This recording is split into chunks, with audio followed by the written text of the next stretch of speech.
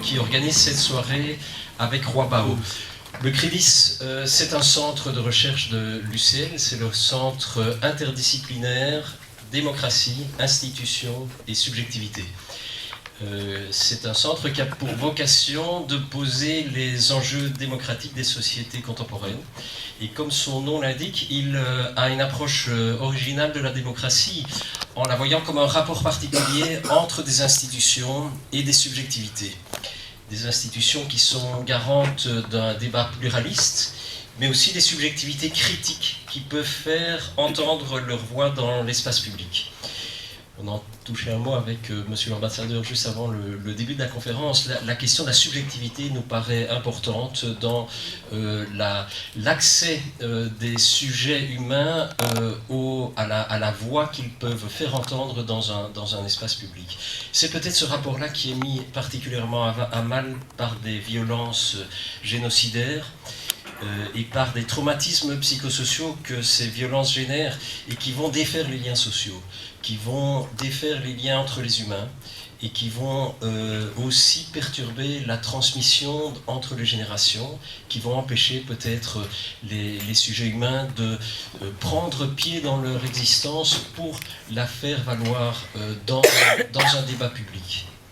D'où l'importance d'une soirée comme celle-ci, qui s'inscrit dans la 22e commémoration du génocide perpétré contre les Tutsis du Rwanda.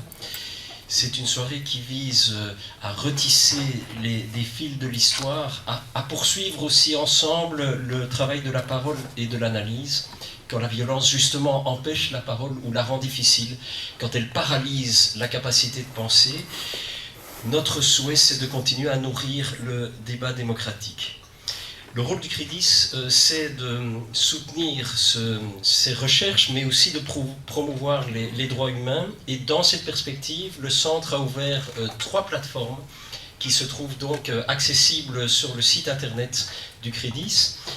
La première, c'est une plateforme concernant les droits humains en Colombie. Elle s'appelle Colpaz, plateforme d'information sur la situation humanitaire et le conflit armé colombien. La deuxième, c'est une plateforme qui concerne les droits humains au Chili, Chile Derechos Humanos, qui est aussi une plateforme créée par un collectif d'étudiants et d'organisations qui vise à contribuer à la systématisation de l'information et à la visibilité des problématiques actuelles des droits de l'homme. Comme en Colombie, c'est la même chose pour le Chili. Et dans les 2 cas, les plateformes proposent des fiches d'information, mais aussi des témoignages. Et c'est très important pour nous, ce recueil de témoignages qui permettent aussi de partager une histoire. La 3e plateforme nous concerne alors directement pour ce soir, c'est la plateforme Roi Bao, qui est née de la volonté de fournir une information rigoureuse et plurielle sur la situation passée et présente des droits humains au Rwanda. Elle invite aussi à rencontrer, comme le dit le site, un pays aux 1000 facettes. Cette plateforme est animée par Pacifique, auquel je vais passer la parole tout de suite. La soirée est organisée donc par le centre de recherche et cette plateforme Roi Bao, qui est un outil d'information, de diffusion de témoignages là aussi. Et nous nous sommes associés ce soir pour proposer cette conférence débat avec monsieur l'ambassadeur, qui est, je pense, un moment très important de reprise de cette histoire à l'occasion de cette 22e commémoration. Je vous remercie beaucoup pour votre présence, pour votre attention. Je passe la parole à Pacifique qui va donc présenter de façon plus précise à la fois notre interlocuteur prestigieux et le contexte de cette soirée. Merci beaucoup. Bonsoir à tous. Et comme le directeur du CRIDIS vient de le signaler, on est réunis ici dans le cadre de la 22e commémoration du génocide. Et donc pour cela, je voudrais vous inviter à vous lever et à observer ensemble une minute de silence et de recueillement à la mémoire de toutes les victimes de ce génocide.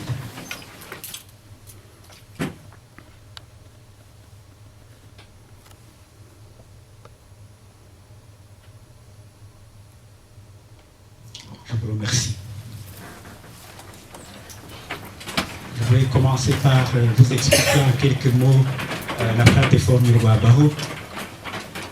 En fait, Rwabao, c'est un sigle qui qui signifie Rwanda Vaho. Rwanda Vaho, en français, c'est Rwanda vit. Le Rwanda vit depuis des siècles, mais on aimerait qu'il puisse vivre mieux. Et c'est en respectant les droits de l'homme que le Rwanda pourrait vivre de manière durable et de manière, si je peux ainsi dire, de manière éternelle. La plateforme Rwabaho essaye de mettre en ligne les informations qui concernent la situation des droits de l'homme au Rwanda. Nous nous inspirons surtout des rapports et des publications des organisations de défense des droits de l'homme, des organisations crédibles telles que Human Rights Watch, Amnesty International et aussi des organisations locales. Ici, je voudrais donner l'exemple de IRDP, qui est l'institut que vous connaissez, du moins la plupart des Rwandais qui sont ici, institut de recherche et de dialogue au Rwanda. Nous essayons à chaque fois que nous trouvons une information susceptible de renseigner sur cette situation, on met ça en ligne. En même temps, nous visons aussi la transmission de la mémoire. Et qui dit transmission de la mémoire au Rwanda veut dire surtout la mémoire du génocide perpétré contre les Tutsis en 1994. Là, nous mettons surtout en évidence les portraits des personnes qui ont résisté au génocide. En visitant la plateforme Rwabaho, vous allez trouver les quelques portraits que nous avons jusqu'à maintenant dressés pour rendre hommage à ces personnes. Comme je le disais au début, nous sommes réunis aujourd'hui dans le cadre de la 22e commémoration du génocide perpétré contre les Tutsis au Rwanda, un génocide qui a fait plus d'1 million de morts, y compris des Hutus et des étrangers qui s'opposaient à ce plan génocidaire. J'aimerais rappeler rapidement les caractéristiques de ce génocide pour permettre à ceux, par exemple, qui n'ont pas eu l'occasion de lire ou d'écouter des témoignages, de se remémorer de ce qui s'est passé. Donc je vais être bref. Ce génocide commence le 6 avril et se termine le 17 juillet 1994, selon, bien sûr, les rapports des experts et les rapports des Nations Unies. Le 17 juillet coïncide avec la chute de la préfecture de Gisenyi. Lorsque le FPR a occupé la préfecture de Gisenyi, le FPR c'est le Front patriotique rwandais, on a supposé que le génocide était terminé. Et donc c'est pour ça qu'on prend cette date comme étant la date pour qualifier la limite, du moins la fin de ce génocide. Le 6 avril, il y a eu l'attentat contre l'avion du président Habyarimana, le président du Rwanda, et dans le même avion, il y avait le président burundais, Cyprien Ntaryamira. Donc cet avion a été abattu à Kigali, alors qu'il effectuait son retour de Tanzanie, où s'était tenu un sommet régional des chefs d'État pour discuter des crises politiques au Burundi et au Rwanda. Les 2 chefs d'État, ainsi que tous les passagers et les membres d'équipage, sont morts sur le champ. La même nuit, les massacres visant l'extermination de tous les Tutsis et opposants Hutus débutent à Kigali et se répandent rapidement dans tout le pays. Ces massacres sont décrits par les extrémistes Hutus comme étant une réaction spontanée des Hutus après l'assassinat de leur président. Et pourtant, loin d'être un phénomène spontané ou accidentel, ce génocide est l'aboutissement d'une maturation dans le temps. Il est le résultat d'un choix politique délibéré, d'un groupe d'extrémistes Hutus résolus à garder le pouvoir à la suite d'une série de succès militaires et politiques du Front patriotique rwandais, qui est son mouvement politico-militaire qui regroupait la plupart des exilés Tutsis des années 59. Les cibles aussi sont bien définies. Tous les Tutsis, en raison de leur origine ethnique, mais également des Hutus et d'autres personnes opposées à ce génocide ou ayant publiquement critiqué le régime du président Habyarimana. Et ces massacres obéissent à un plan systématique. Dans tout le pays, ces massacres sont commandités par les extrémistes hutus, composés essentiellement de militaires, de gendarmes et de policiers, mais aussi des responsables de l'administration civile et de la milice Interahamwe, créée par le parti politique du président Habyarimana en 1991.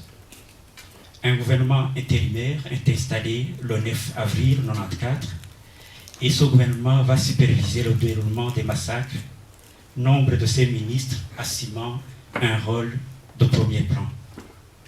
Par le biais de la radio et de la presse sous son contrôle, ce gouvernement parvient à créer une machine propagandiste visant à mobiliser les Hutus contre les Tutsis. Ces derniers réalisent l'ampleur du danger qui pèse sur leur vie et nombre d'entre eux abandonnent leur domicile et leurs biens pour fuir l'extermination. Ils tentent de trouver refuge dans des différents lieux publics tels que les églises, les hôpitaux, les écoles, les stades, les bureaux communaux, ou se dirigent vers les sommets des collines et des montagnes, là où l'accès était difficile, croyant que les tueurs n'allaient pas se donner la peine de les retrouver là-bas. Dans certaines régions, les massacres commencent immédiatement. Dans d'autres, les tueurs attendent que les personnes visées se rassemblent en grand nombre dans les lieux de refuge. Ainsi, le mois d'avril 1994 connaît une opération massive d'extermination systématique de centaines de milliers de Tutsis et d'opposants Hutus. Ce mois, ainsi que les deux autres qui ont suivi, constituent incontestablement la période la plus sombre de l'histoire du Rwanda. Des autorités politiques, militaires, qui étaient censées normalement protéger la population et rétablir l'ordre et la paix, s'impliquent d'une manière ou d'une autre dans les massacres, et leurs agissements conduisent des centaines de milliers de citoyens ordinaires à suivre leur exemple. Mis à part l'intensité de ce génocide, il y a une autre caractéristique de cet événement, c'est la proximité des victimes par rapport à leurs bourreaux. C'était des voisins, des amis pour la plupart, des anciens collègues de travail, voire même des membres de famille. Comme vous le savez, au Rwanda, avant 1994, il y avait beaucoup de mariages mixtes. On constate souvent que, par exemple, des cousins ont tué d'autres cousins, ou alors des oncles qui ont tué des neveux. Cette rupture de liens d'amitié, de liens professionnels et de liens de parenté reste une énigme jusqu'à ce jour, et quiconque cherche à reconstruire le pays rencontre inévitablement ce défi. Pourquoi la communauté internationale n'a pas réussi à empêcher ce génocide? C'est la question que nous allons aborder ce soir, et là on va surtout donner la parole à notre interlocuteur d'aujourd'hui, M. Yohann Suinen, qui était au Rwanda à partir de juillet 90, si je ne m'abuse. Août 90, jusqu'au 12 avril 94.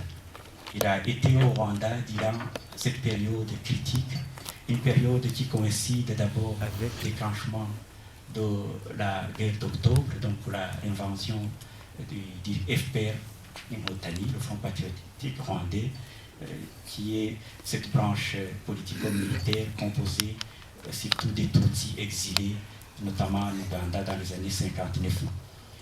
Cette période aussi est marquée par le processus de négociation d'Arusha, et alors aussi il y a le génocide qui commence. Donc avant d'aller au Rwanda comme ambassadeur, M. Yohann Suinen a occupé aussi d'autres fonctions importantes. Il a travaillé au ministère des Affaires étrangères, et là il va peut-être étoffer son CV s'il le souhaite dans son intervention. Mais il a été aussi ambassadeur au Burundi. Donc après le Rwanda, il a été ambassadeur au Burundi et au Congo. Et d'après ce que j'ai appris, il est le seul qui a été ambassadeur dans les 3 pays anciennes colonies de la Belgique. Il a été aussi ambassadeur aux États-Unis et même en Europe.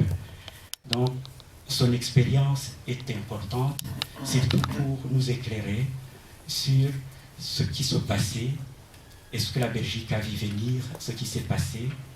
Est-ce qu'il y a eu des signes avant-coureurs? Et donc, tout cela, il va aborder ces aspects. Et je vous invite surtout à lui prêter une oreille bienveillante et attentive et à poser des questions de manière sereine et respectueuse. Je ne peux pas terminer mon intervention sans remercier Benoît Fayet, qui sera le modérateur de cette conférence. Il est journaliste à la RTBF, donc il a travaillé toute la journée, mais quand même, il a tenu à être ici pour modérer cette conférence. Merci beaucoup, Benoît. Donc, enfin, je remercie aussi le directeur d'ICRIDIS pour sa franche collaboration dans l'organisation de cette conférence. Je vous remercie.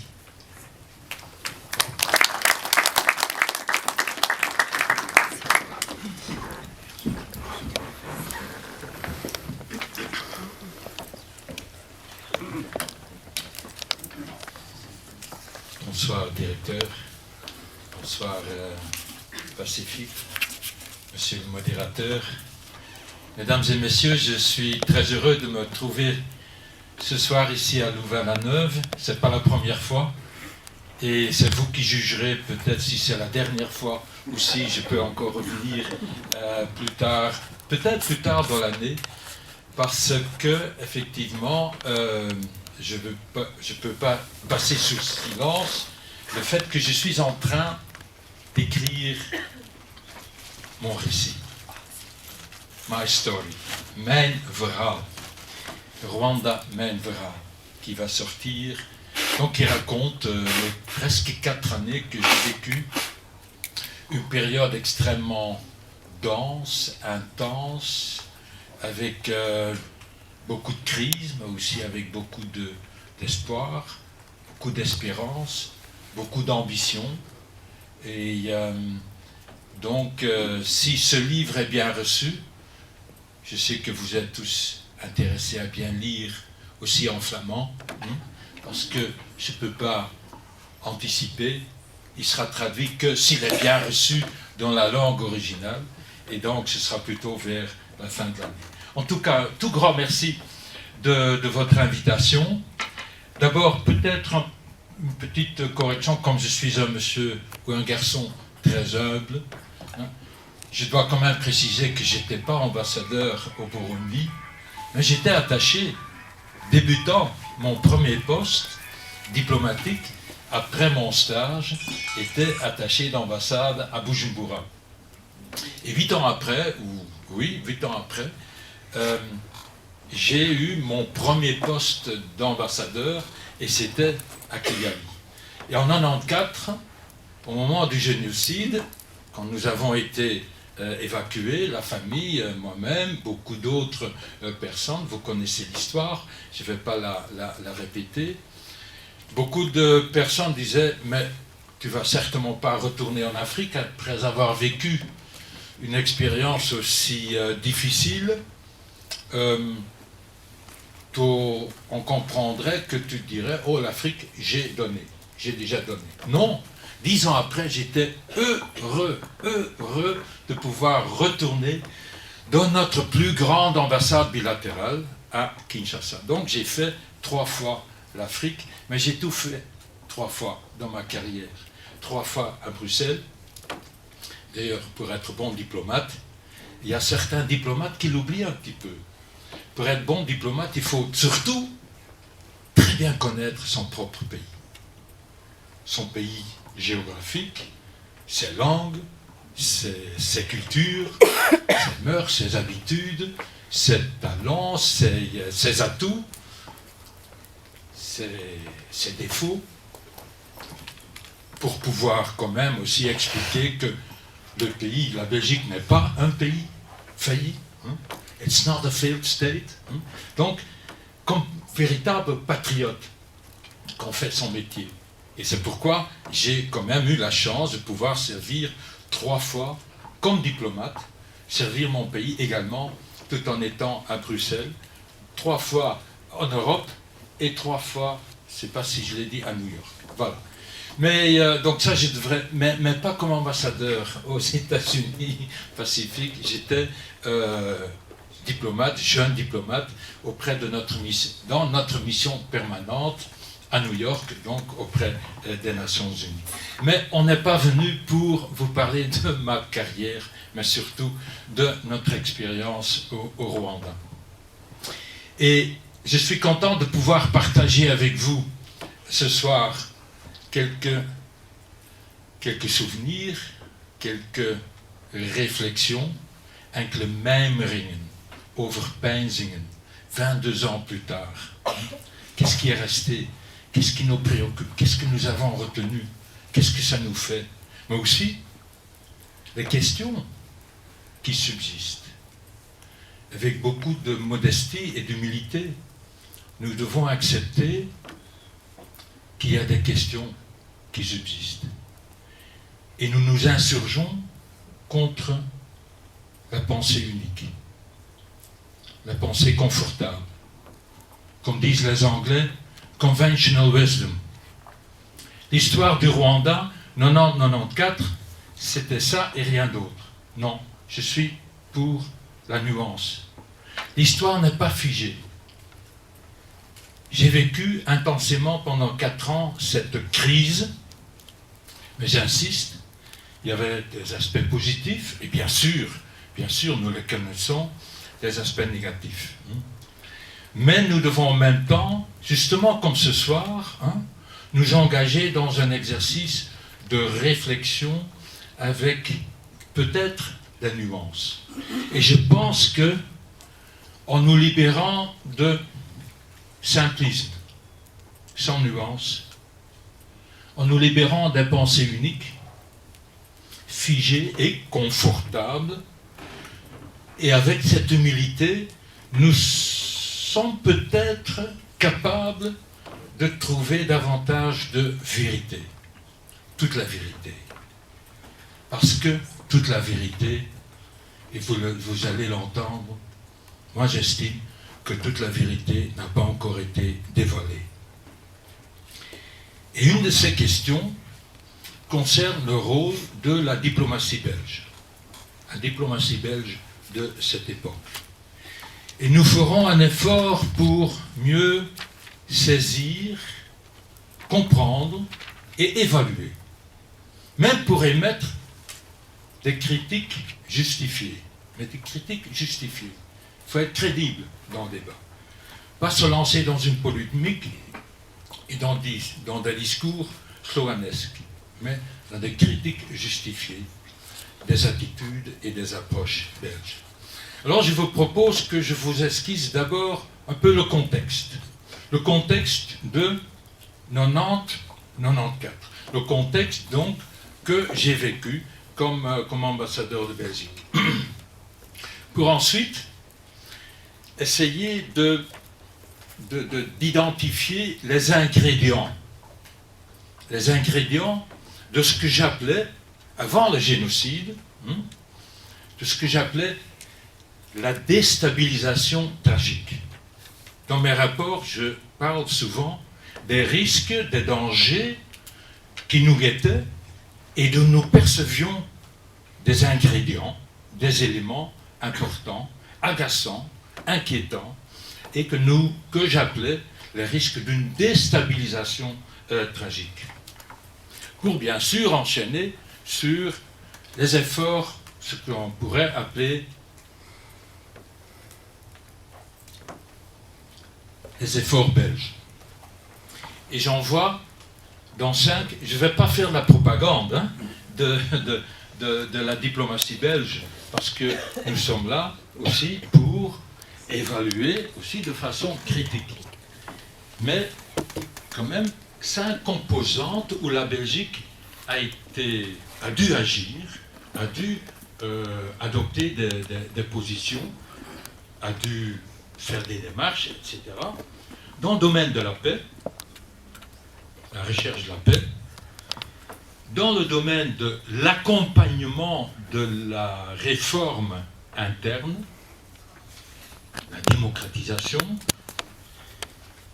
3.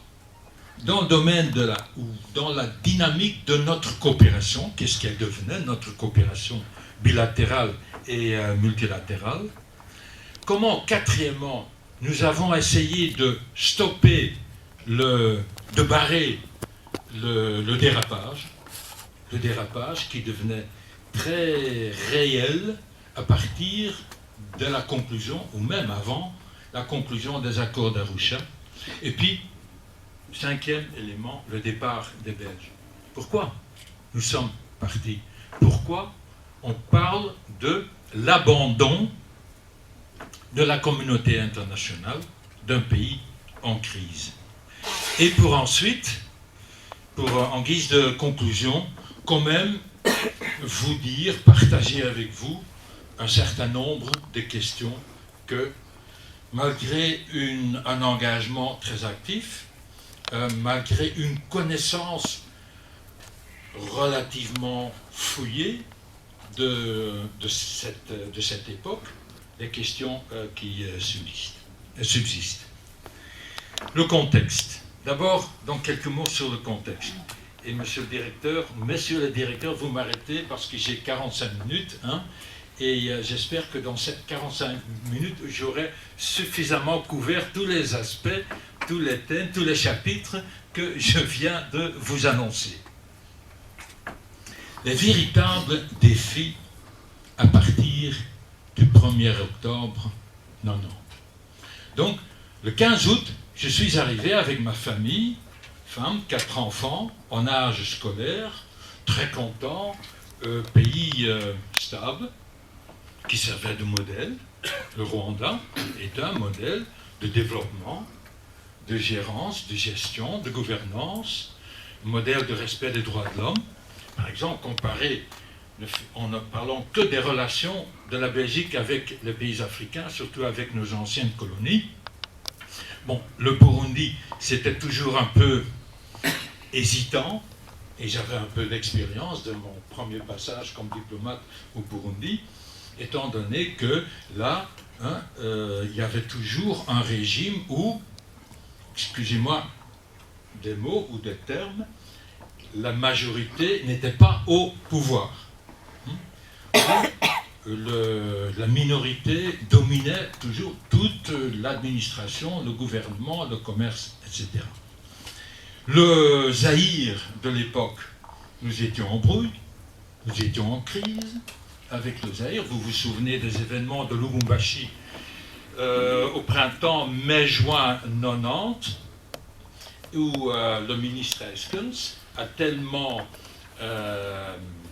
protesté contre certains incidents que le maréchal Mobutu, le président Mobutu, a coupé la coopération avec la Belgique. Donc, avec les 3 pays anciennes colonies, c'était surtout avec le Rwanda que la Belgique avait de bonnes relations, parce que, d'autant que ce pays avait bonne presse dans le monde entier.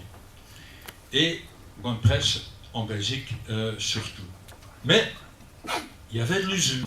Les premiers signes de corruption, d'atteinte aux droits de l'homme, à la liberté de la presse, à la gouvernance, commençaient à se manifester. Mais quand même, un pays qui avait un problème de retour ou pas retour des réfugiés. Des réfugiés qui avaient donc quitté, qui avaient fui le pays en 1959 lors de la révolution sociale, ce que les Rwandais eux-mêmes appelaient la révolution sociale, moment en 1959, avant l'indépendance, quand la majorité ethnique a pris le pouvoir. Donc, quand les Hutus sont arrivés au pouvoir. Alors, le 1er octobre, 6 semaines après mon arrivée, première attaque du SPR. Depuis lors, le pays s'est trouvé confronté à deux défis majeurs. D'abord, bien sûr, faire la paix. Régler le problème du retour et de la réintégration des réfugiés. Les réfugiés qui avaient pris les armes, qui avaient attaqué le pays. Et qui voulaient donc rentrer de façon avec les armes. Pourquoi avec les armes? Le FPR nous disait que Habyarimana, le régime Habyarimana, traînait trop pour les faire revenir. Et que leur combat n'était pas seulement un combat pour le retour, mais aussi un combat pour la modernisation, la réforme de l'intérieur pour amener une démocratie dans un pays qu'ils considéraient comme un pays mal géré, même par un dictateur. Habyarimana était considéré comme un dictateur qui ne respectait pas les droits de l'homme et qui ne respectait pas les droits de la minorité. Donc, un défi majeur, un des deux défis majeurs, bien sûr, comment résoudre ce problème des réfugiés et en même temps faire la paix, la réconciliation avec le FPR et aussi avec d'autres parties du pays. Deuxième défi, la réforme interne, la réforme intérieure. Et le président Habyarimana m'a déjà dit lors de la présentation des lettres de créance, parce que on se souvenait bien sûr ce qu'avait dit le président Mitterrand au sommet de La Baule, au sommet franco-africain à La Baule, quelques mois avant septembre, ou le 1er octobre, c'était fin mai ou début juin. François Mitterrand, comme président de la République française, s'était adressé à ses frères homologues africains en disant « Nous sommes en 90 ». Il dit « En Europe, il y a un vent de l'Est qui souffle, un vent, chute du mur de Berlin, chute du rideau de fer, donc un vent de libération qui souffle à travers l'Europe. Est-ce qu'il ne serait pas temps, disait-il à ses collègues, que ce vent se mette à souffler également en Afrique et que vous en terminiez avec le parti unique, que vous ouvriez l'action politique et la responsabilité, l'engagement politique à plusieurs partis et que vous modernisiez réellement, pas seulement en introduisant le multipartisme, mais également en adoptant d'autres réformes pour permettre précisément à la démocratie pluraliste de s'installer. Alors, Habyarimana me disait, déjà lors de la remise de lettres de créance, il disait, mais moi, je n'ai pas dû attendre le discours de François Mitterrand, ou ce qu'il appelait le sermon de François Mitterrand. J'avais déjà lancé, depuis janvier 89, un plan de réforme. Nous avions installé notre commission nationale de synthèse, une commission nationale de synthèse qui allait préparer un congrès extraordinaire du parti unique, le MRND, qui, vers la fin de l'année 90, devait adopter, suite aux recommandations de cette commission nationale de synthèse, des mesures, des réformes pour justement introduire un pluralisme ou une ouverture, au moins une ouverture démocratique. C'est ce qu'il appelait son aggiornamento politique. D'ailleurs, le 12 juillet, juste avant notre arrivée, il avait tenu un grand discours sur les réformes nécessaires du pays. Mais il admettait quand même que l'agression ou l'invasion ou les attaques du FPR avaient quand même accéléré ce processus de réforme. Parce que le FPR, ce parti de rebelles, voulait pas seulement un règlement correct et juste du retour et de la réintégration des réfugiés, mais en même temps une réforme de l'État. Donc deux défis qui se légitimaient et qui se renforçaient même mutuellement. Et il y a eu des progrès sur les deux fronts, sur les deux dynamiques. Dans l'année, il y avait 12, 13, 14 partis politiques agréés. Hein. C'était une éclosion de la démocratie, une panoplie de partis de toutes les tendances. Et c'était extrêmement intéressant de suivre ce débat politique, même jusque dans les rues de Kigali, sur les collines. D'ailleurs, à l'époque, on parlait au Zaïre de la conférence nationale souveraine, n'est-ce pas? Mais à Kigali, surtout à Kigali, mais aussi à Boutaré, ville universitaire, Ruhengeri, Gijani, les grands centres urbains, mais il y avait des conférences nationales souveraines à deux coins de rue. C'était un débat extrêmement intéressant. Et je peux vous dire, pour nous, diplomates à Kigali, à ce moment-là, c'était vraiment, bien sûr, malgré les souffrances des personnes déplacées, j'y reviendrai, parce qu'il y avait beaucoup de misère, les personnes déplacées qui étaient chassées par les attaques du FPR. Au début, il y en avait quelques dizaines de milliers, mais en avril 1994, il y avait près de 1 million de personnes déplacées sur les 6-7 millions de Rwandais. Donc, malgré toutes ces misères qu'on trouvait sur ces collines, il y avait en même temps cette exubérance du débat politique qui se déroulait dans les grands centres. Quand nous sommes arrivés en août 90, il y avait quelques titres de journaux.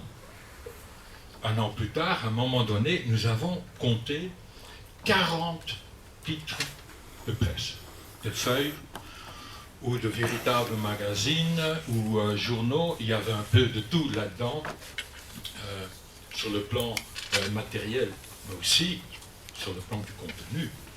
Bien sûr, il y avait cette liberté. Je parle d'une éclosion, je suis presque lyrique quand je parle de cette richesse d'expression à laquelle nous assistions, mais aussi, il y avait aussi des dérapages. La presse de la haine, des partis politiques qui prêchaient la haine, qui prêchaient l'opposition, l'antagonisme, l'ethnisme. Donc, il y avait du bien, il y avait du moins bien, et même du très inquiétant dans cette démocratie qui était, ou ce libéralisme qui était en train de se manifester. Mais quand même une évolution très intéressante, parce qu'on voyait quand même, de par la liberté d'expression, de par la liberté d'association, liberté de créer des partis, il y avait une ambition. Il y avait une ambition dans tout le pays pas seulement pour faire la paix, et de faire la paix avec ceux qui étaient invités de revenir, les réfugiés Tutsis, mais aussi de créer en même temps une nouvelle société, le Rwanda nouveau. Comme le Beaujolais, on disait, le Rwanda nouveau est arrivé. Et pourquoi cette déstabilisation? Les ingrédients. Donc je vous ai brossé un tableau assez intéressant, assez positif du potentiel qui se manifestait et qui pouvait se manifester. Malgré des dérapages, j'insiste là-dessus, malgré des massacres, des attentats politiques, des assassinats politiques, il y avait du bien, il y avait du mauvais. Alors, multiplication de massacres, de bains de sang, assassinats politiques, reprise des hostilités, guerre civile, c'était ça que j'entrevoyais comme possibilité qui pouvait arriver. Mais moi-même, j'ai peut-être utilisé une fois dans mes rapports, et j'écrivais jour et nuit, j'écris énormément. Chaque fois que je revenais d'un dîner ou d'une réception, vous pensez que les diplomates s'amusent en se baladant d'une réception à l'autre. Non, c'est en travaillant pour capter des informations. Et là, la réception ou la réunion ou le dîner, c'était vraiment un instrument de travail. Et je travaillais jusqu'à tard dans la nuit pour écrire, pour communiquer à Bruxelles les informations que j'avais recueillies pendant ce genre de réunion. Une instruction en disant attention, attention, attention, hein, parce que il y a même un génocide un volkenmoord qui pourrait arriver. Mais quand même pas de véritable sensibilisation pour un génocide. Alors, mais quels étaient les ingrédients dont je parle? Je suis désolé, mais il y a peut-être des personnes qui n'aiment pas beaucoup entendre ça. Même les accords de paix d'Arusha contenaient des éléments qui mécontentaient des gens. Des kiemen, des germes de dissension. Je donne un exemple. Le partage, il y avait le partage pour les accords d'Arusha. Donc je parle de la paix, de la réconciliation, l'intégration du FPR, la nouvelle, et c'était même une nouvelle constitution, parce que dans les accords d'Arusha, on réglait également les institutions de transition. On dessinait comme des architectes juridiques les nouveaux contours du pays. Et dans ces accords, il y avait donc un règlement du partage politique, mais aussi du partage militaire. Il était convenu que au niveau des troupes, il y avait donc deux armées. L'armée régulière, les phares, Forces armées rwandaises, et APR, armée du Front patriotique. Donc deux armées. Alors, au niveau des troupes, ce serait une répartition 60-40. 60-40. Pacifique a parlé de la composition essentiellement Tutsi des rebelles. Donc, une armée de Tutsi qui avait 40% de Tutsi ou de FPR, de soldats FPR, dans la future armée. Vous savez que la répartition ethnique sur l'ensemble du pays, démographiquement, c'est à peu près 85-15. Donc, les 15%, je schématise, la réalité ou la vérité, c'est beaucoup plus complexe. Et on y arrivera peut-être lorsque nous discutons de la démocratie authentiquement rwandaise. Est-ce que la démocratie doit numériquement refléter la proportion ethnique? C'est tout un débat. C'est tout un débat. Mais en tout cas, pour schématiser, pour vous donner une idée de la perception négative de ce pouvoir, de ce partage militaire, les Hutus estimaient que les Tutsis, tout en représentant seulement 15% de la population, obtenaient 40% des troupes. Et lors de la... Monsieur l'ambassadeur, bonsoir. Qui continuait.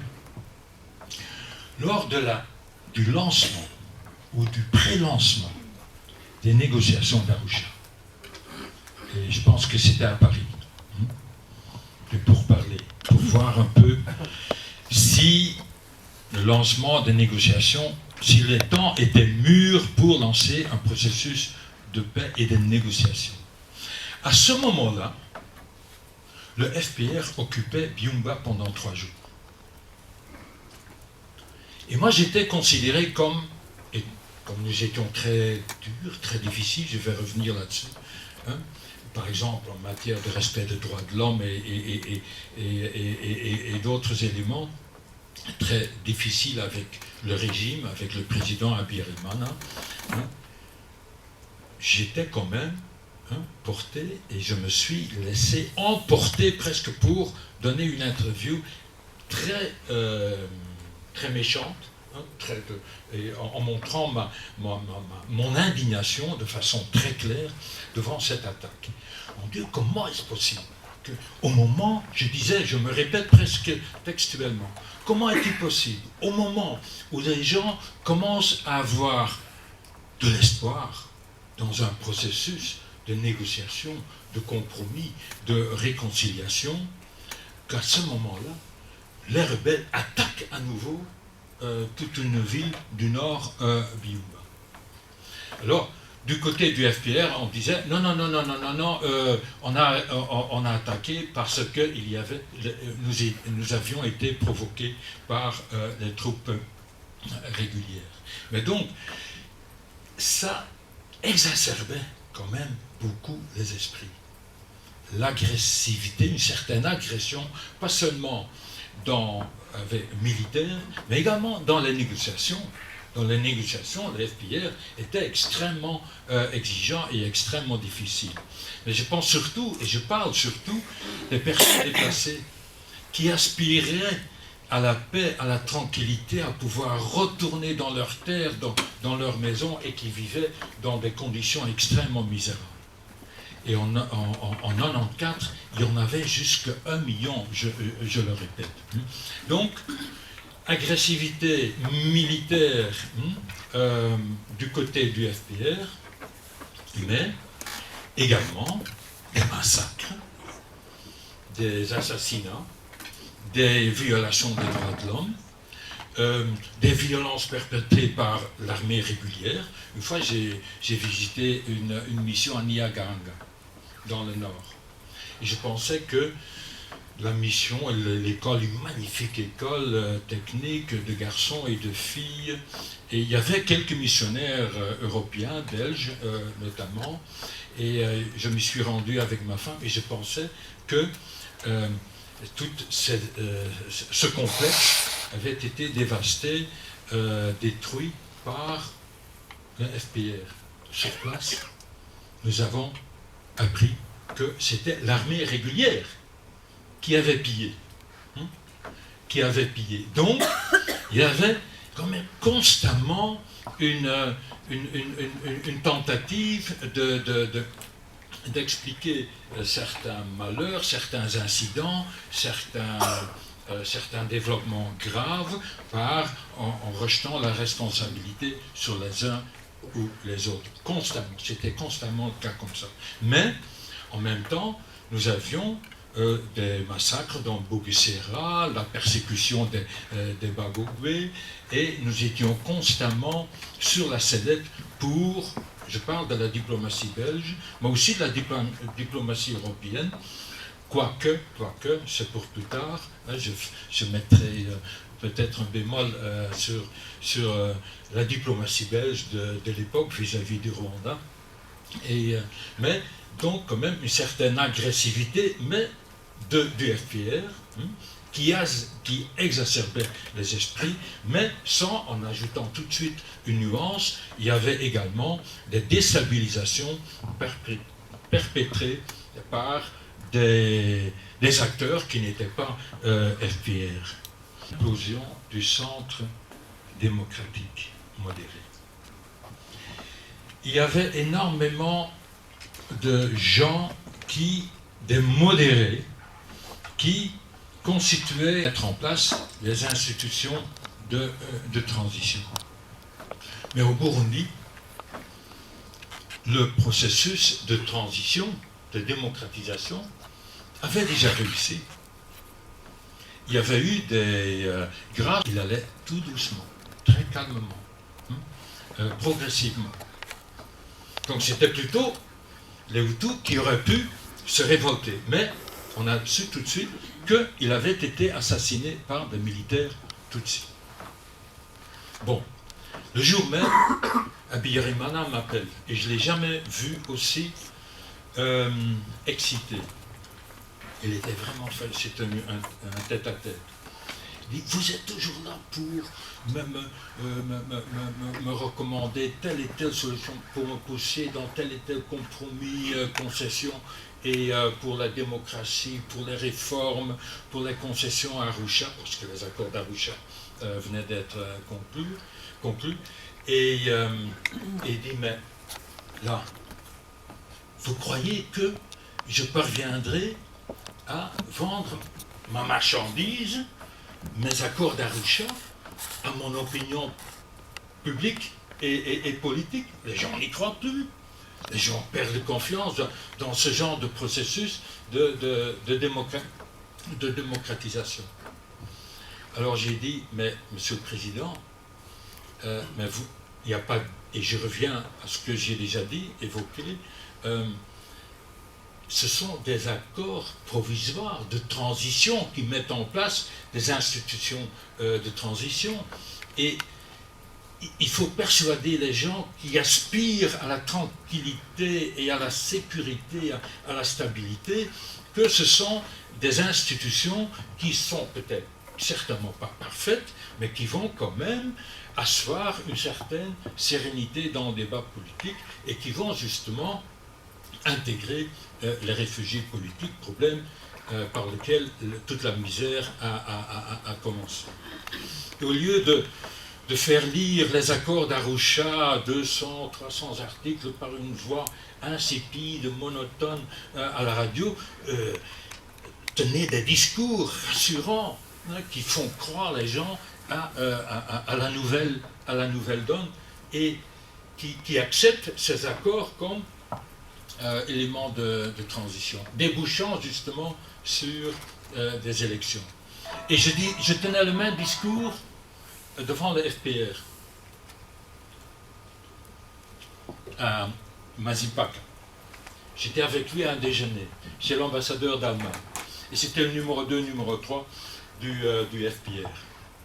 Et j'ai dit, mais vous devez vous entraider, vous devez vous aider, vous devez vous appuyer dans ce discours qui doit être rassurant, surtout devant cette nouvelle crise.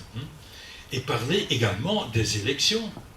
Il m'a dit, mais nous, FPR, parler d'élections, c'est pas possible.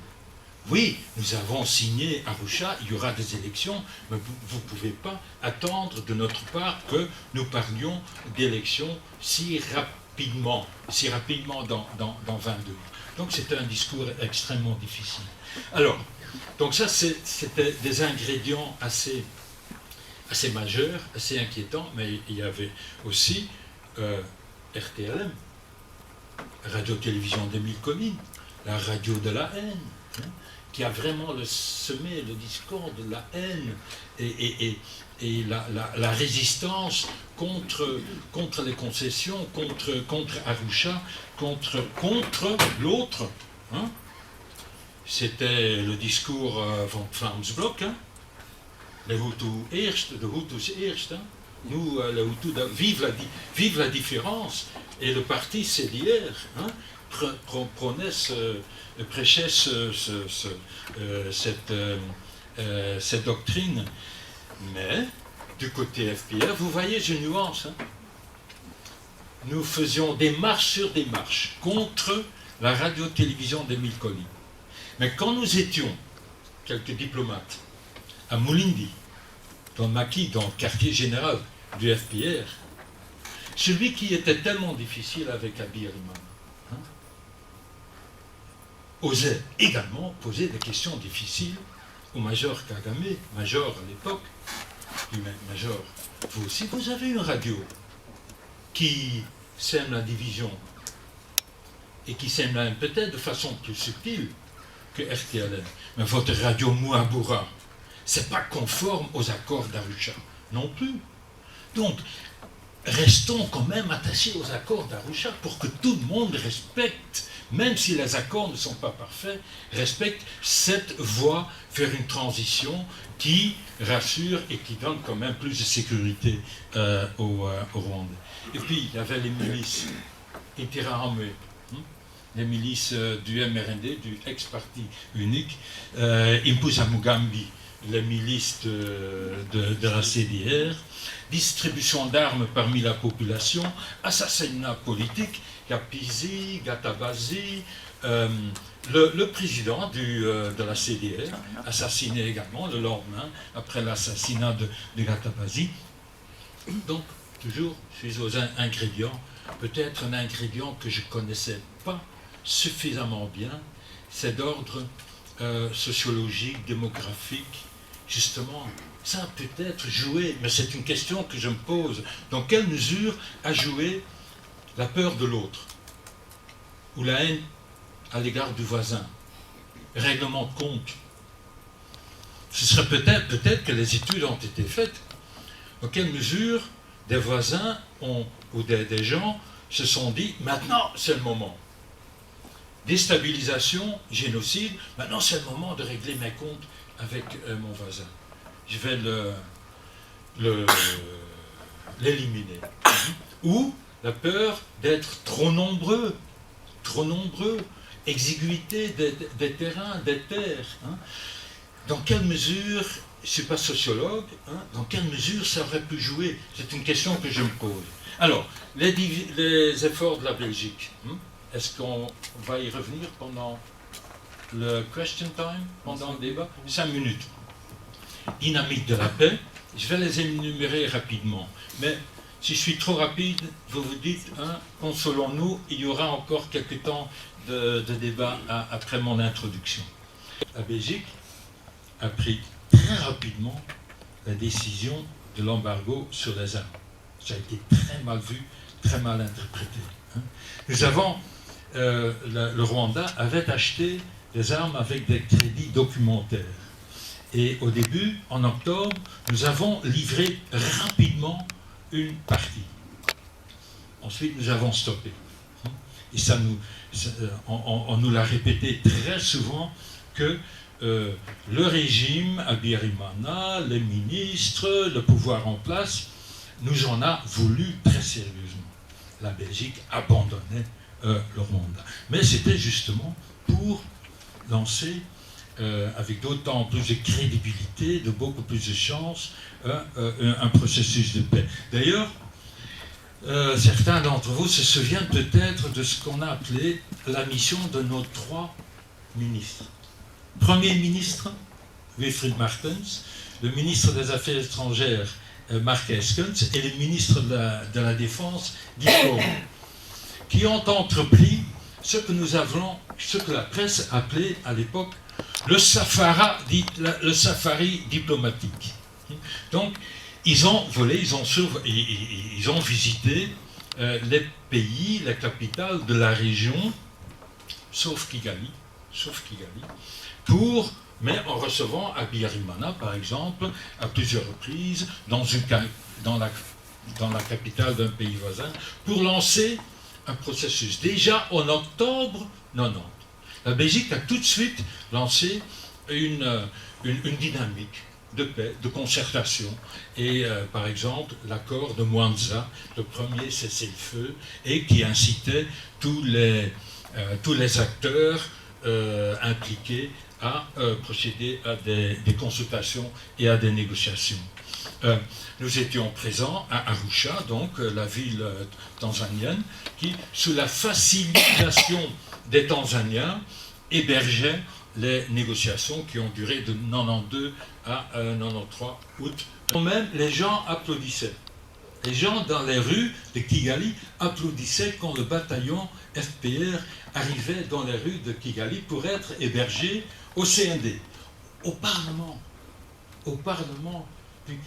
Mais par la suite, quand les esprits se sont radicalisés, beaucoup de gens n'ont plus accepté ça.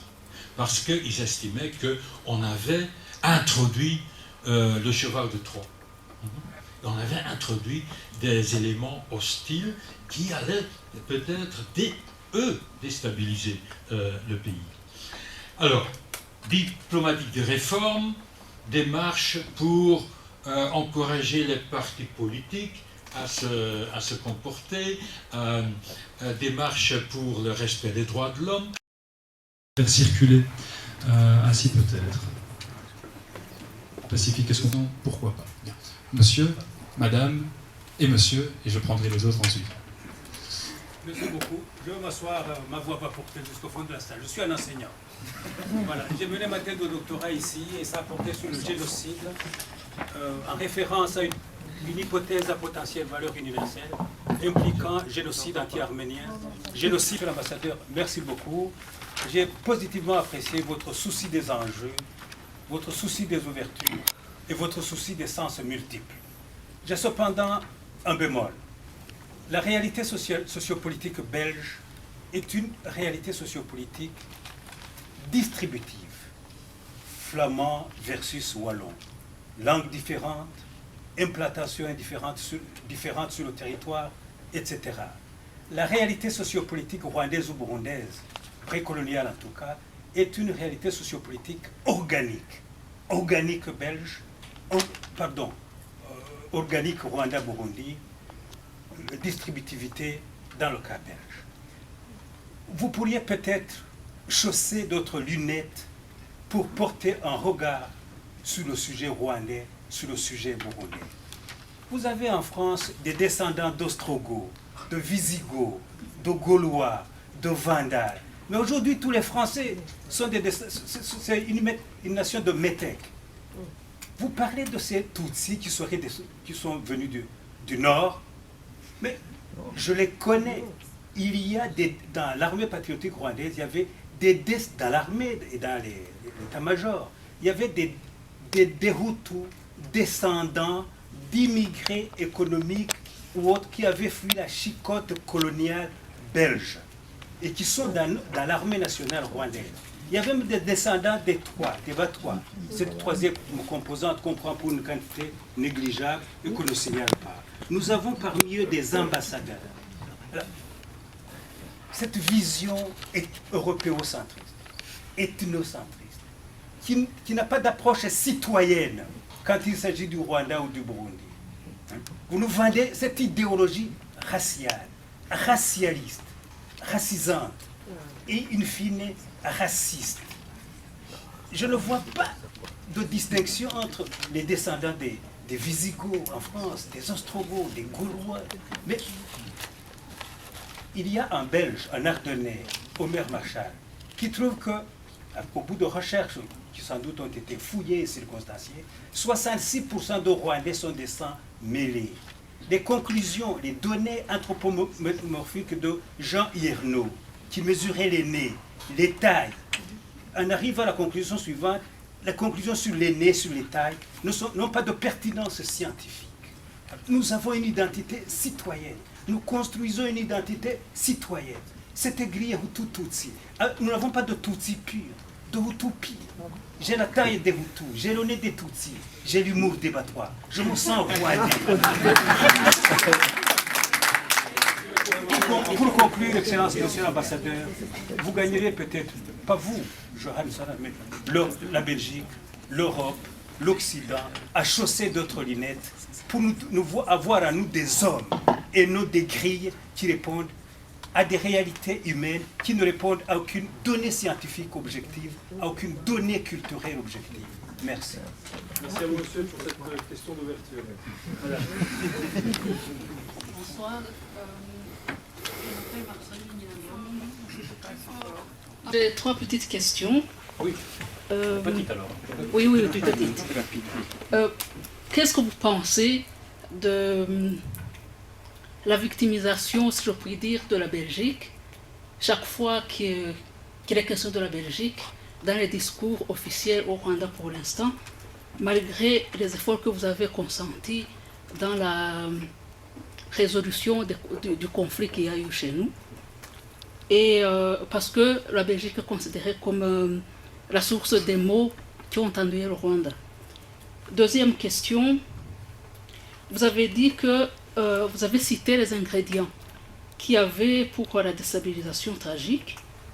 Vous avez cité que le Rwanda était un modèle, mais il y avait quand même une usure du pouvoir. Il n'y avait pas de liberté de la presse, l'atteinte aux droits de l'homme, la corruption, et puis la gouvernance pour le retour des réfugiés. Est-ce que vous pensez qu'aujourd'hui, ces ingrédients existent encore ou existeraient? Une petite troisième question. Je pense que je vais m'arrêter là. Pour l'instant. Spécifique. Moi, j'ai deux petites questions.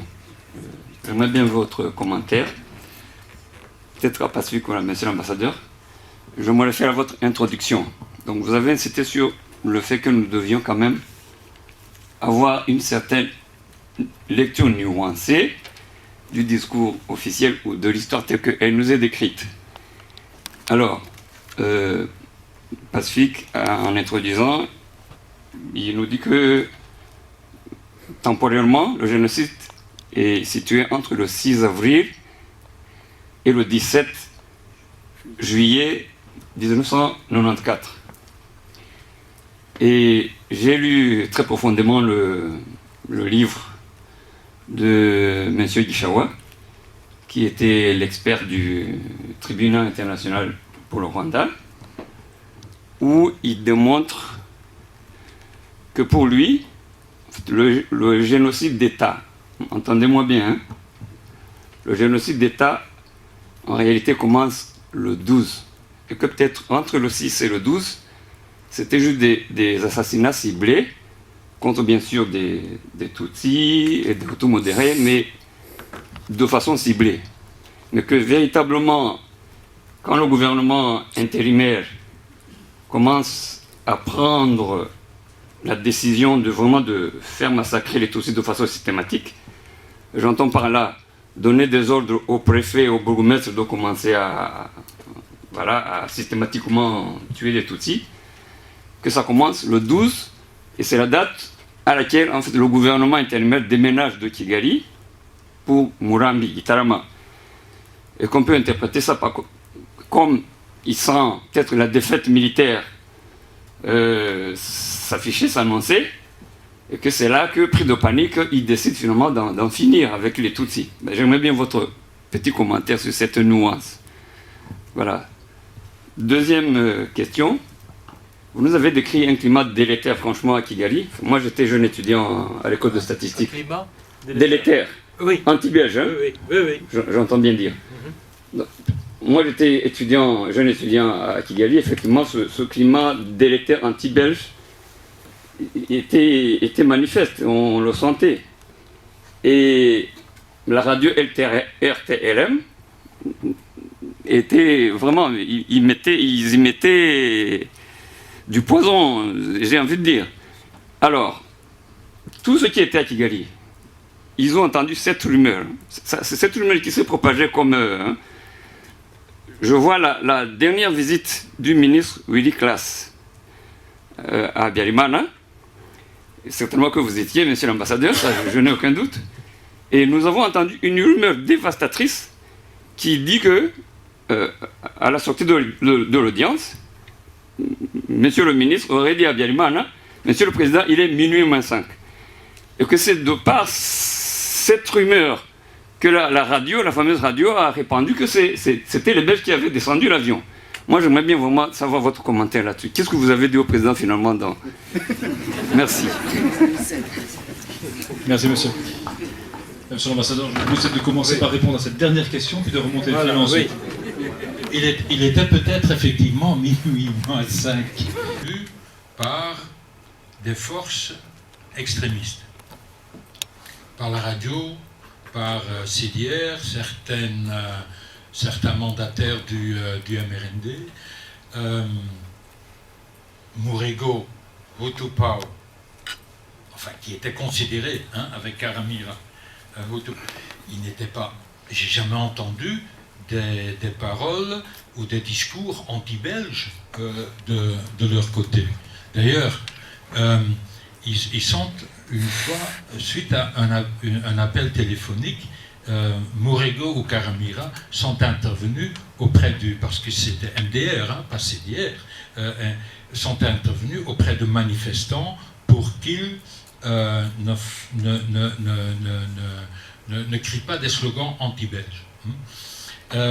Donc, le climat anti-belge était réel, hein, lorsqu'on a, oui, peut-être dans les dernières semaines, mais jusque quelques semaines avant le début du génocide, il n'y avait pas un climat anti-belge généralisé. Et même au moment du génocide, le climat anti-belge était surtout reporté par Radio-Télévision des Mille Collines. Mais quand même, c'était un climat qui nous faisait, qui nous coûtait cher, hein, qui faisait beaucoup de dégâts, hein, y compris des victimes mortelles. Je ne sais pas si je dois y ajouter d'autres. Oui, il est minuit moins 5. Oui, oui, c'était public. Oui, il a bien dit ça. Je ne sais pas s'il a dit à la sortie ou à la fin de l'audience chez le président ou dans l'interview qu'il a donné à la presse par la suite, mais c'était son message pendant toute la durée de sa visite. Les accords d'Arusha avaient été conclus en août 93 et nous sommes février 94.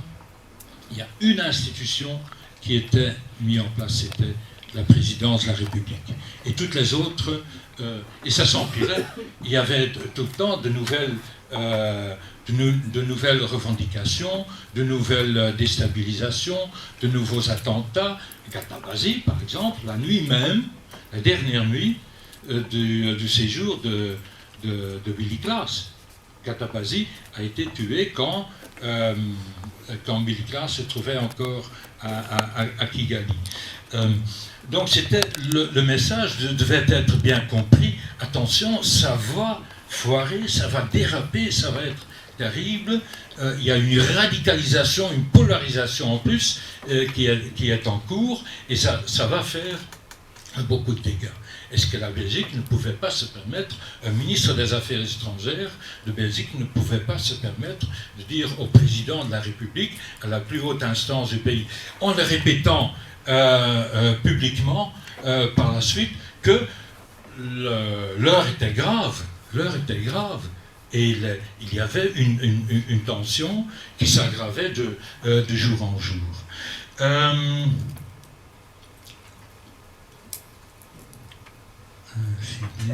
Ah oui, Guichawa. Oui, ciblé. Oui, le déménagement. Moi, j'y ai pas. Moi, j'ai été évacué le 12 avril. Oui. Le mardi. Oui, c'est le 12.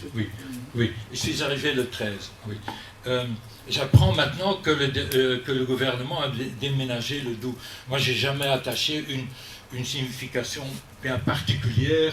Il y a des Rwandais qui sont mieux passés que moi pour éventuellement détecter un mouvement, un dessin, une politique de déménagement de Kigali vers Gitarama parce que c'était encore relativement calme. À Gitarama, dans le sud du pays, à Butare, là, le génocide a commencé plus tard. Est-ce que le génocide y a commencé parce que le gouvernement intérimaire, qui n'étaient pas nos amis, hein. Nous n'avons jamais reconnu ce gouvernement. Nous n'avons jamais reçu quelqu'un au niveau politique, et malgré beaucoup de démarches à Bruxelles et ailleurs, pour être reçu à haut niveau par des mandataires ou des dignitaires belges. Donc je ne suis pas là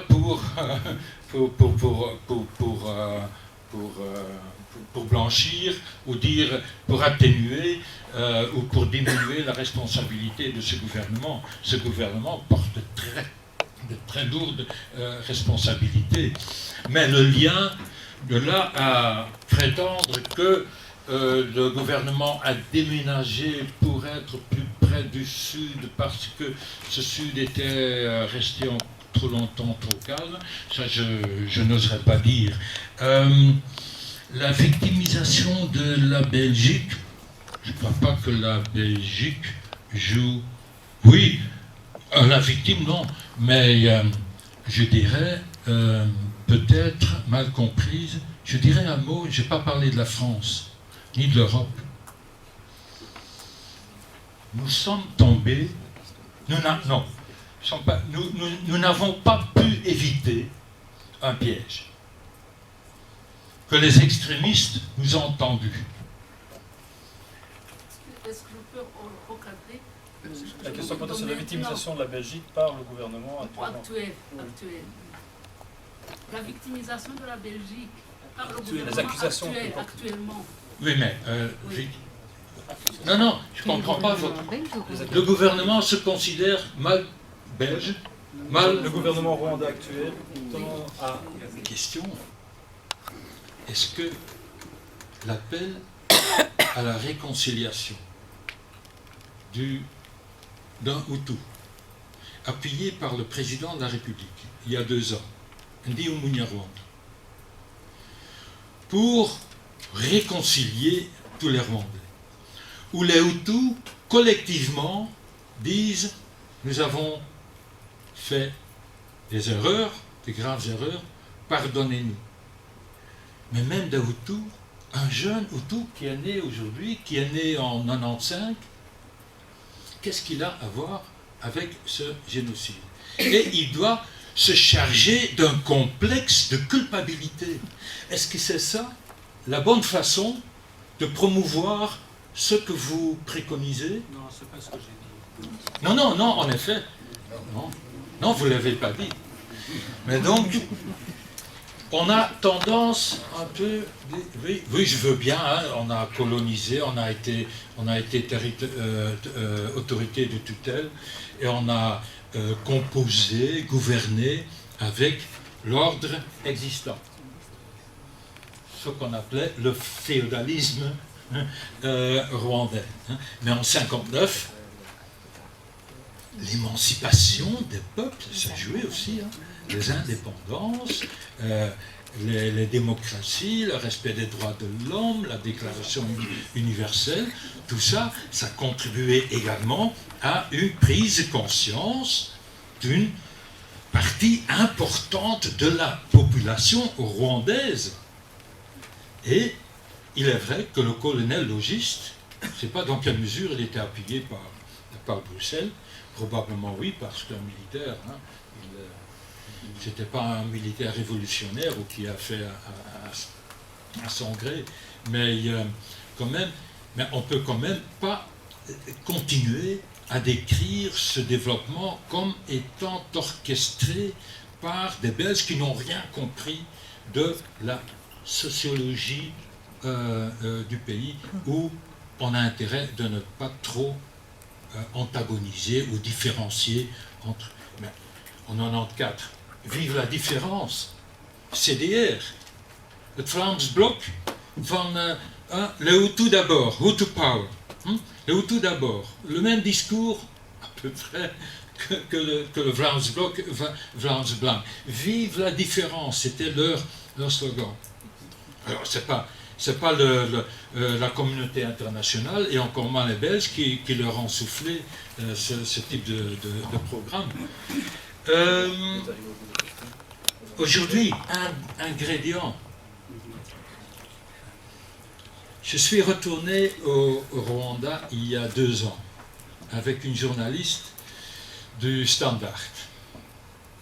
Parce que le journal du Standard voulait être témoin des retrouvailles, de mes retrouvailles avec le Rwanda 20 ans plus tard. J'y avais pas remis les pieds depuis 20 ans. Et j'ai vu des choses extraordinaires.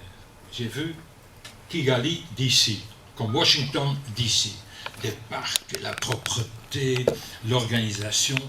La première fois de ma vie, j'ai vu le feu rouge, hein, qui déclinait le nombre de secondes qui restait rouge et vert. Hein. Les piétons, ça on a déjà, les Belges.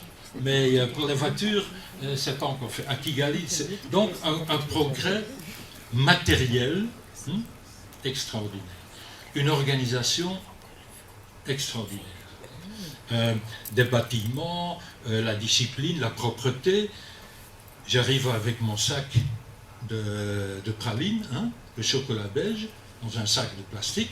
Ce sac de plastique ne sort pas de l'aéroport, dans la poubelle. Alors, quand vous arrivez dans la rue de Kinshasa, vous voyez que du plastique. Quand vous venez de Bukavu ou de Goma, vous arrivez à Gisenyi, à Tchangougou, c'est quand même un monde différent. Est-ce qu'on parle bien le français? Est-ce qu'on parle encore bien le français? Et on parle déjà bien l'anglais? I'm not so sure. On me dit que le niveau de l'enseignement, malgré tous les efforts matériels et d'infrastructures et bâtiments et tout ça, ça diminue parce qu'il y a une certaine mauvaise le français qui se perd et l'anglais qui ne s'apprend pas si vite parce que la mesure de l'anglicisation a été assez radicale, assez rapide. D'ailleurs, vous parlez, professeur, des Flamands et des Wallons. Mais une chose pareille est en train de se mettre en place au Rwanda. Les frères et sœurs venant d'Ouganda, ce ne sont pas nos frères et sœurs, Tutsi ou Hutu, ce sont les anglophones, nous, les francophones, et mais il n'y a pas seulement les francophones de ceux qui étaient déjà là, mais aussi les francophones du Burundi. Il y a déjà une différence entre les francophones, mais moi, il y a une certaine différence. On me dit que, et là je glisse un peu vers la gouvernance. On dit qu'il y a, moi je ne le prétends pas, je ne l'affirme pas, mais on me dit qu'il y a des discriminations, que les rescapés, les Tutsis rescapés, ou même des Hutus, qui étaient déjà, qui n'ont pas été assassinés, ce sont des sujets suspects. Comme Museveni. Pourquoi pas? Pourquoi pas? Parce que la démocratie, à mon avis, j'ai un peu réfléchi à ça les dernières années. La démocratie, je dirais, est un concept relatif.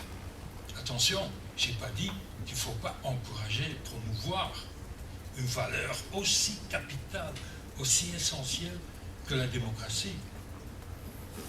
C'est une valeur à partager avec le monde entier. Il faut promouvoir la démocratie. Mais comment les Hollandais, les Belges, les Français, les Rwandais, les Congolais, les Burundais organisent, étayent, concrétisent leur démocratie? Combien d'élections? Par quels moyens? Quel respect de quelle tradition? Avec quel rythme? Selon quelle culture? Ça, c'est leur affaire.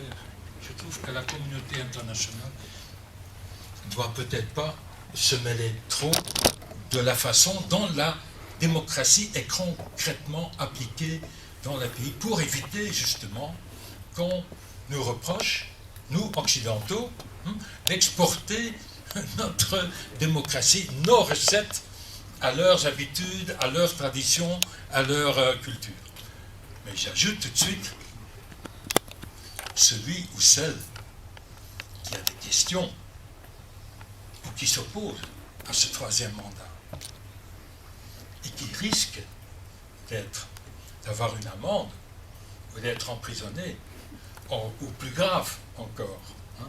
Là, nous sommes en présence de la violation d'un droit de l'homme et de la femme. Un droit qui est fondamental et qui doit être respecté de façon, je ne dirais pas absolue, quasi absolue. Donc concept relatif, concept quasi absolu. Les droits de l'homme. Là, la communauté internationale doit être vraiment complice. Et quand je vois qu'à Kigali, il y a des gens qui courent beaucoup de risques parce qu'ils se prononcent, ils utilisent leur droit à l'expression, leur liberté d'expression. Alors là, on est en train d'assister à un niveau de respect des droits de l'homme qui fait réfléchir et qui n'est peut-être pas juste. Donc, mais je ne suis pas venu pour critiquer le régime actuel, et je dirais même que le Rwanda, au début, j'ai touché un mot là-dessus, nous devons peut-être laisser, ou espérer que le Rwanda trouve une solution authentiquement rwandaise à sa démocratie. Et que la démocratie ne soit pas uniquement traduite par l'importance numérique. C'est ce qu'on a essayé de faire au Burundi, hein. Mais jusqu'à présent, ça n'a pas. Enfin, longue parenthèse, mais quand même, donc, car le régime actuel, beaucoup d'appréciation, beaucoup de considération pour la reconstruction d'un pays ruiné. Bravo, une discipline, une gouvernance, une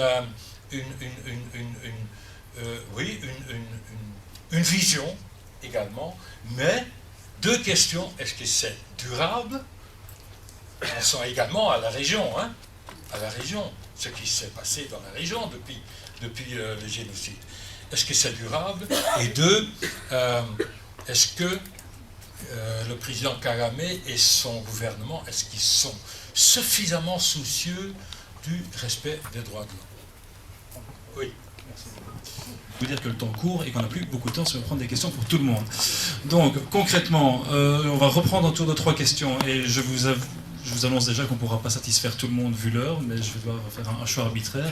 Tous ces sujets d'intérêt, évidemment, on ne peut même pas qualifier l'intérêt de cette question pour les Rwandais notamment. Je ne vais pas parler de politique intérieure, de bilan du président Kagame, aujourd'hui ce n'est pas le lieu de le faire. Je reviens sur le rôle de la Belgique en 1994, avant et après. Il faut avoir un peu votre ressenti quand même par rapport à 2 événements. Un, la mission de l'équipe du lieutenant Lotin. Est-ce que vous en étiez informé, même si vous n'étiez pas de la nuit noire, vous étiez quand même l'ambassadeur de Belgique. J'ai parlé au colonel Marshall, qui était leur patron. Il m'a assuré qu'il n'a jamais été informé de leur départ dans le parc national. Est-ce que vous étiez informé, et pourquoi sont-ils allés là avec une délégation du FPR le jour même de l'attentat contre le président Habyarimana? Est-ce que ça n'a pas aussi contribué à justement faire courir cette rumeur? Il est envoyé à la suite de leur chef. Ce qui est quand même, et ça relèverait plutôt de la discipline, et qui éclairerait peut-être d'autres ou certaines responsabilités. Je trouve que là, la communauté internationale est tout à fait déficiente ou défaillante. Et si ceux qui sont tellement sûrs... Oh non, j'allais dire quelque chose, je ne le dis pas parce qu'il y a une caméra. Bon, il y a... Voilà. Et... Oui, d'accord. D'ailleurs, pour ceux qui prennent, je vous demande de ne pas diffuser. De ne pas diffuser. Pas sur Internet, sur les médias sociaux, rien du tout. Sinon, je ne reviens plus parce qu'en effet, de récit est inépuisable. Parce qu'il y a d'autres questions. Voilà, Akagera. La question concernant le jeu. À quel jeu avons-nous joué? Vous savez, c'est pas moi qui le dis. Vous avez remarqué, parfois je suis assez clair, direct. J'ose dire des choses, mais je suis quand même, en général, je suis plutôt prudent. Mais parce qu'aussi, je trouve que la vérité, c'est plein de nuances. Il n'y a aucune vérité qui est noire ou complètement gris ou complètement blanc. La vérité, c'est coloré. Hein. Et il y a tout assez de couleurs dans le récit, ou les récits, que nous voyons, que nous entendons. Hein. Il manque de nuances. Alors, je ne dis pas ce que moi je dis, mais je dis ce que j'ai entendu, que la mort de Rwigema y est pour quelque chose. Il y en a qui disent il n'est pas tombé sur le terrain, sur le slagveld van Eer, sur le champ d'honneur, gesneuveld. Non. Il n'a pas été tué par Kagame non plus. Les commanditaires sont les Américains. Oui, je l'ai lu plus d'une fois. Parce qu'il y a un jeu géopolitique qui serait entré là-dedans, qui aurait joué. Je vous raconte, ceux qui connaissent bien le Rwanda, je suis sûr que je vous raconte rien de neuf. Un jeu géopolitique. L'influence arabe, musulmane, islamique, le Soudan, l'indépendance du Sud-Soudan, acharnement, hein, avec beaucoup d'acharnement défendu, entre autres par les Américains, soutenu par Museveni. Alors là, il y aurait une alliance qui doit endiguer justement cette influence. C'est peut-être aussi raison pour une lutte contre le terrorisme, par exemple, une certaine terreur, une certaine déstabilisation. Et donc là intervient également la thèse de la restauration de l'empire Ima. Museveni, Kagame, l'Est du Congo, il y a beaucoup de Rwandais, beaucoup de Tutsis, hein, et des Hutus à l'Est du Congo, le Burundi, le Sud-Soudan, justement comme un rempart, hein, donc comment on dit, un buffer, un tampon, une zone, un groupe de pays tampons, hein, pour résister, pour se défendre contre l'influence. Donc, si tel jeu géopolitique a joué, les Américains, les Anglais pourraient avoir joué un rôle là-dedans. Et tous ces petits Belges, et même les petits Français, qu'est-ce qu'ils font là-dedans? Et les Hutus et les Tutsis sont instrumentalisés. C'est horrible, hein? C'est horrible. Et quelqu'un a parlé de machiavélisme. Mon Dieu, si on n'est pas au bout de notre réflexion, ni ce soir, ni même si on continue encore 5 heures, hein, le machiavélisme qui a joué dans la crise rwandaise, que ce soit d'un côté comme de l'autre côté, ça doit, si ce machiavélisme devait exister, ça donnerait des frissons, je crains. Et ma première question, je n'ai pas énuméré ma question, mais ma principale question est de savoir pourquoi tant de Rwandais, tellement nombreux, sont tombés dans le piège de la radicalisation, de la polarisation, l'implosion du centre démocratique modéré, les partis divisés, les grands partis, sauf le MRD, mais quoique, là aussi, il y avait des tendances, mais surtout au sein du MDR, au sein du PL, hein, des tendances, des fractures inquiétantes. Qui a voulu, est-ce qu'il y a quelqu'un qui a orchestré machiavéliquement cette division? Je pose la question et j'ajoute tout de suite, je ne peux pas y répondre. Non, je suis honnête, mais j'ai au moins le courage de poser la question. Et je trouve que la question n'est pas suffisamment posée. Nous devrions peut-être avoir plus de lef, comment dire, plus de culot de poser ce type de questions. Est-ce que la réponse à ces questions, ça aussi je me permets de poser cette question, est-ce que la réponse à ce type de questions va nous aider à arranger les choses? Est-ce qu'une justice internationale, à Scheveningen, à La Haye, la Cour criminelle internationale, les Africains sont, les chefs, les leaders africains ne sont pas tellement pour, parce qu'ils disent, pas seulement parce qu'ils ont peur de leur propre sort, hein, mais ils se demandent si la justice ne peut pas, et la réponse aux questions n'apporte peut-être pas toujours ipso facto la stabilité. La réponse à une question peut avoir des effets pervers ou qu'on n'a pas recherchés. Donc, maintenant, nous nous éloignons vraiment très loin du débat, mais c'est quand même, ce sont des questions cruciales comme la démocratie, les droits de l'homme, la justice, la réponse aux questions. Mais une des questions, justement, et ça c'est la réponse à une autre question, je me suis posé la question, pourquoi le génocide a duré si longtemps? Vous direz, oui, mais ça n'a duré que 3 mois.